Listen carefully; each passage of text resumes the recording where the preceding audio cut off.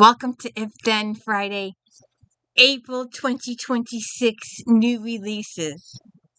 Hey, it's the D. Louise book series. I'm Christina K-R-S-T-I-N-A. This is where we read books, talk about books, no special effects, no theme music, nothing, no fancy schmancy stuff going on here. What you see is what you get. I'm still coughing. So anyways, there was 166 books on this list to start. Then I picked out the 30 authors that I was familiar with. And then I sat there and thought about it. And I'm like, yeah. So these are my top 15, accidentally 16 books for April. These are what's coming out in April, and quite a few of these you will see on the channel in, let's say, July or August of this year, because I do read a lot. So the first book is Mr. Baldacci. Walter Nash began a journey down a dark path of seemingly no return, and now he finds himself questioning everything that got him there in the thrilling sequel to Nash Falls from New York Best Times Seller list. Baldacci. Walter Nash, working undercover under the alias of Dylan Hope, is on the road to revenge after becoming an informant for the FBI against global criminal operations headed up by Victoria Steers. Steers has ripped everything from Nash held dear. She took it all away from him? Why did she take it all away from him? He has nothing left to lose. With long, rigorous training under his belt, the gentle and sensitive Nash has transformed into something he never thought he'd be. A physically imposing man with lethal skills, and now his one goal is to take down Victoria Steers. In order to succeed, he's going to need to cross enemy lines and work the job from the inside. What's he gonna do? And an author that we're very familiar with, Miss Cozy Mystery Author, has ventured out of her comfort field. Let's see if we like it when it comes out in April. We'll have to see what it's gonna be. It's the 26th. It's coming out the 26th of the month. So we will have to see if we like it or not when it comes out. Invasive Species, Ellery Adams. Something's not right in Cold Harbor, more so than usual. While the sleepy town has seen its fair share of monsters and cheating husbands and leering bosses, none are as angry as Mrs. Smith. The mysterious resident has finally emerged from her crumbling mansion on the hill, mesmerizing the townspeople with her beauty, her secret 9 human sacrifices to feed her immortality. Is she a vampire? Hey, Ellery, are you really going left field here? You went from cozy person to vampire? Natalie Scott is more worried about Mrs. Smith blocking her first real estate sale, the one that will take her from a stay-at-home mom to a working woman extraordinaire. She's eager to prove herself in the world where the social mores of 1980s suburbia rim, where she's expected to keep a magazine-perfect home and raise beautiful children. Well, sorry, my home is not magazine, and God did not give me children. I wanted them. He gave me 5 miscarriages, but anyway. All while sticking to her husband's budget. Natalie's 2 best friends are facing their own demons, and Mrs. Smith and her deep, dark woods are an easy scapegoat for everyone's problems. But Natalie's 12-year-old daughter Jill and her Icelandic housekeeper Una can sense something deeper at play. Armed with library books and a whole lot of grit, Jill and Una team up to save the town once and for all. I don't know. This book is too complicated. Is it? Are you going the vampire route, or are you going Stepford Wives, or what's going on with this book? Doesn't seem. It seems a little mishmashy to me. It doesn't seem like it's got a clear path. I hope when the book comes out and we read it, it'll have a clear, pointed path, because I'm very confused by this. Very confused. I don't get it. I don't get it at all. I don't get it. I'm not following it. So we'll have to see what happens when the book comes out. Alright, another lady that I think this is the tourist lady. The tourist. Lynn Calhoun, Confessions of an Amateur Sleuth. 20-something bestseller and sleuth Meg Gates has a solving crimes made easier than writing. Oh, I forgot to pull your bed over. I'm confused here. 20-something bookseller and sleuth Meg Gates has a solving crimes maybe easier than writing. She's working on a guide to becoming a detective, but she's her own worst critic. She needs a how-to in order to write her how-to. At the Bainbridge Island Writers Group, she meets freelance food critic Lee Anderson, who invites her to join him for dinner at the local crab so he won't be suspected of reviewing the place. Lee is a bit of a crab himself and intends to do a hatchet job on the eatery, but someone kills him before he can do it. Oops. Colleen Cambridge, another author you'll be seeing on the channel. We've done some of hers. Go check them out. Tabitha has enjoyed an afternoon in Julia's kitchen, but her return home is a bit jarring. As she arrives at her grandfather's mansion, a woman bursts out the door babbling about messages from spirits and warning grandparents must heed. Uncle Rafe angrily sends the woman on her way, and neither man will answer Tabitha's question. It's not the last she sees of the mysterious visitor. While she's on a date that evening, she's accosted by her again and learns that Madame Veronica is a medium who claims to have visions of a dark fate that awaits her grandfather and uncle. The very next night, Tabitha's messieurs host a soiree at their new restaurant, inviting fellow resistance fighters from the war known as the Nine Bluets. To commemorate the work of the Resistance Network, the vase on the table sports 9 of the pretty blue flowers. Shortly after the revelers leave the restaurant, one of Grandpierre's old friends is found dead on the street, and one of the 9 flowers is missing from the vase. When a second member of the 9 Bluets is found poisoned the next day, another blue flower goes missing. Oops. A poisonous pour. Maddie Day, the bike lady. Have you met Maddie Mackenzie and her bike shop and her brother and the lighthouse? Check those out. It's Memorial Day weekend in Sonoma County. Alexandra Valerie is moving with activity. For Cece, business at the Vino is great, as is her romance with her new beau, Benjamin. Meanwhile, Cece's neighbor, Flirted Flora, is stirring up controversy with his newest article, an expose of Reagan Green, a power-hungry director of a Valley District organization. Also in the mix is the town's big classic car show paired with wine tasting. I'll show you a classic car. At the show, Cece spots Reagan, who is displaying her restored green 72 Thunderbird convertible. A land yacht! A land yacht! I want a land yacht! Are you coming over here? Smoke? Do you know what a land yacht is? It's a car with 10 feet of hood in front of you and 10 feet of trunk in back of you, so if you get hit on either side, you're protected. Not like these itsy-bitsy squishy things you see nowadays. As Cece pours taste, she witnesses several heated discussions with Reagan, including an argument with wine aficionado and new colonist hardware store Greg Jonas. Otherwise, all goes smoothly until Sunday brings shocking news. Reagan has been murdered. Kill for $1 million, Janet Daly, our cowboy romance lady. Frank Calhoun murder remains unsolved while his widow Lila is battling to keep her beloved ranch from the grasp of his bitter first wife and grown children. As for arresting Frank's killer, time is running out for Detective Stan Rafferty to prove himself and save his career. And for his number one suspect, Lila's lover, Culhane Ranch manager Rupert McKenna, to prove his innocence, both men are staking their fates on the outcome of the imminent reigning event of the year, the Run for the Million.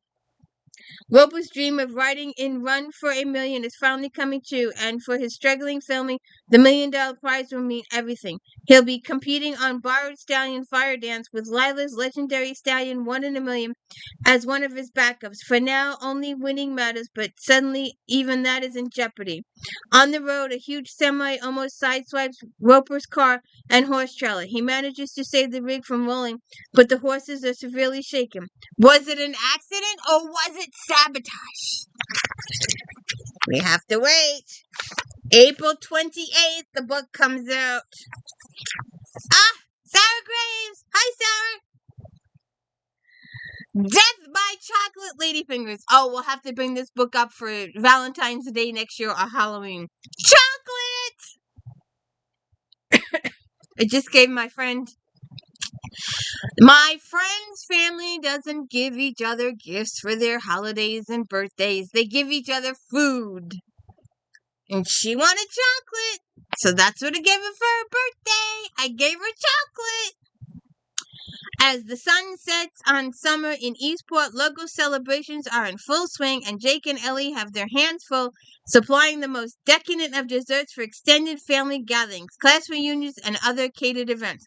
The organizers for Eastport High School class of '86 reunion thought it would be fun for former classmates to dress up in a costume for a masquerade ball. Unfortunately, masks cannot hide old grudges born out of teenage angst. So when Cindy Mason's body is discovered murdered on the night of the dance, suspicion immediately falls upon Eastport High's one-time notorious bully, Terry Larson. A cute little murder. How can a murder be cute? And Miss Harper in my world, in this world, does vampires. She does silly vampire books. So what's with this cute little murder, lady? As teens, Harlow Drake and Lenny Piper built an online fandom solving small-town crimes. Harlow was the star, Lenny the behind-the-scenes genius. Years later, Harlow's hosting a true crime TV show. Lenny, she's working forensics, forensics accounting from home, in pajamas with her cat. But when Harlow faces significant backlash over fumbling a case, she needs a quick win, like a special investigation into the decades-old disappearance of a starlet from a once glamorous, now decrepit island hotel. The catch, it's bankrolled by Deke and Bryce Games, who are looking to shed their fat bro reputations. As longtime fans, they have one requirement for the funding. Lainey has to play the sidekick again. We wish her luck. Oh, we will definitely see Sebastian St. Cyr on this Viscount St. Cyr with his wife. Hero is the wife. And her father is Sebastian's arch enemy. London, 1816, when a notorious young aristocrat is burned alive on this windswept hill. With Neo Druid's former cavalry officer Sebastian St. Cyr, Viscount Devlin finds himself plunged into a murder investigation shadowed by tales of ancient human sacrifice and long-buried secrets. And one of Sebastian's friends is the coroner. And the coroner, I think she's his girlfriend now. I don't think they've married yet, but she's still his girlfriend. You will find this book in this particular series. I've done all the Sebastian St. Cyrs. I've also done C.S. Harris's books. And then you will also find them listed in Homicides. And I don't know if I did it or not. If I haven't done it, I'm going to do it. But I was doing early coroners, and this would be one of the ones that has an early coroner. The victim, Marcus Toole, was the only son of an heir of prominent nobleman. His closest friend, Sebastian Owen's nephew, Bayard, claims to have passed out drunk before the attack and remembers nothing. But when Sebastian and his brilliant wife Hero delve deeper into the sordid activities of Bayard and friends, they come to realize that Bayard may not be as innocent as he pretends. Following a tangled trail that leads from the disaffected former soldier turned highwayman to a beautiful, courageous journalist and a Jamaican-born fencing master with ties to a radical political movement, Sebastian begins to suspect that Bayard and his friends are being targeted in revenge by victims who believe they have no other recourse. Miss Jeffries! She's over here! She's under J. We go ABC with our Regencies. Sabrina Jeffries, nearly a bride. After more than a decade separated from his home and family, the Earl of Heathbrook returns to his London townhouse to face the new reclaiming guardianship of his younger brothers. His reputation as a rakeshell, it seems, followed him from the detention inside Napoleon's France and caused his own father to block Heathbrook's rightful custody in his will. However, the clever rogue concocts a plan to restore respectability and rescue his siblings by finding a fiancé with no strings attached. Oh, it's one of those marriage of conveniences that turns into romance. And Smokey, where are you? Smoke. You usually bother me.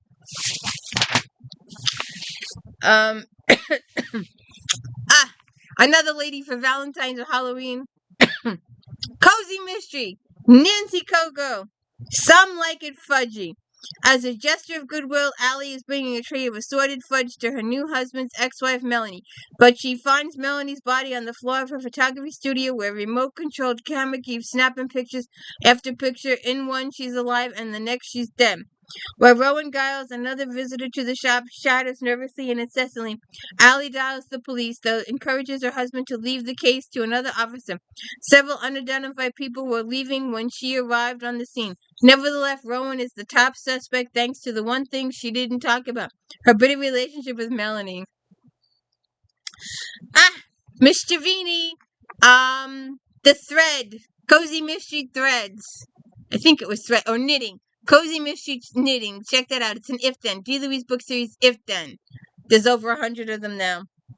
Acclaimed TV actress Julia Marchand also can't believe her good fortune. Her beloved historical drama, A Patchwork Life, revived her career and made stars of several young actors. But Julia's happiness turns to dismay when she learns that the hit show will have only one more season. Can she convince everyone to stay a little bit longer? Inspiration comes after a conversation with Summer Sullivan, one of the expert quilters who helped Julia prepare for the role. When Summer confides that Elm Creek Quilt Camp is in financial trouble, Julia concocts a brilliant plan that will help Elm Creek quilters and herself. Let's see what happens. That book comes out April 14th. Another Regency. Samara Parish. Got mail! Eleanor Wright is the best compositor in London and in high demand with every printing press in town. But when whispers spread of a new machine that could put her out of a job, writing to a mysterious pen pal quickly becomes her only relief from life that's coming apart like a badly bound book. Peter Montgomery, Duke of Stafford, has spent years trying to get his estate out of debt. Now he finally has a solution in a machine set to revolutionize the published industry. If only finding a wife was as straightforward. Peter wants a lady who cares about him, not his title. Someone like his charming, witty pen pal. Light bulb! Go find who the pen pal is. Anne Perry. I was sad to find out this is the final book. 1912, junior attorney Daniel Pitt must step in for his friend and fellow attorney Toby Kittredge, whose parents have been brutally attacked. Tony's mother is dead, and his father, the local vicar, is barely alive. With Toby back home in rural Ipswich struggling with his grief and disbelief, Daniel is left in London to defend Peter Ward, a man on trial for sexual assault and murder of a young woman. Daniel is convinced that Ward is innocent, yet the evidence proves otherwise. Eager to assist, his pathologist wife, Maria Cufford, offers her forensics expertise regarding a community of fellow pathologists who have disguised their autopsy reports. Despite Moran on the case, Daniel finds himself distracted by his desire to help Toby in Ipswich and too distraught to investigate the attack on his parents. While all evidence points to Toby's father as the killer, Daniel faces two of the greatest challenges of his young to prove the innocence of both Peter Ward and Reverend Kittredge. One mistake in London and a young man will hang. One mistake in Ipswich and Toby's father will go to prison for life. Good God.